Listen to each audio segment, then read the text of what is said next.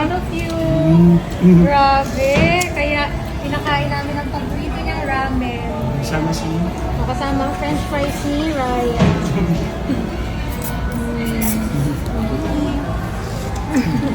Overflowing sa pride at kagalakan ang kapuso actress na si Yasmian Kurdi at ang kanyang mister na si Ray Soldevilla matapos mag-uwi ng panibagong malaking tagumpay, ang kanilang panganay na anak na si Ayesha Zara mula sa paaralan. Formal na kinilala si Ayesha bilang first honor sa kanyang klase, kasama pa ang iba pang karagdagang citation at special awards dahil sa kanyang natatanging husay sa akademya at active participation sa mga aktibidad sa eskwela.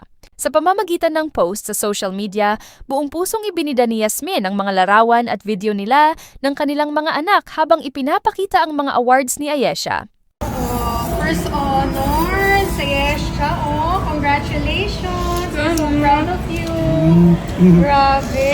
Kaya pinakain namin ang paborito niyang ramen. Kasama si...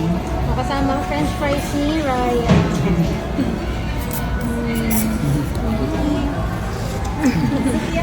Thank you po. Ayan, thank you. Wow, ang dami mo naman french fries. And I'm so proud of you, Ayesha. Galing-galing naman yan.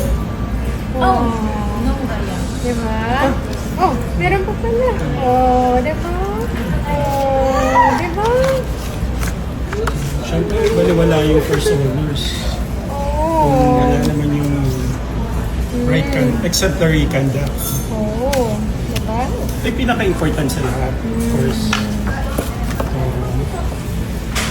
Ito, exemplary.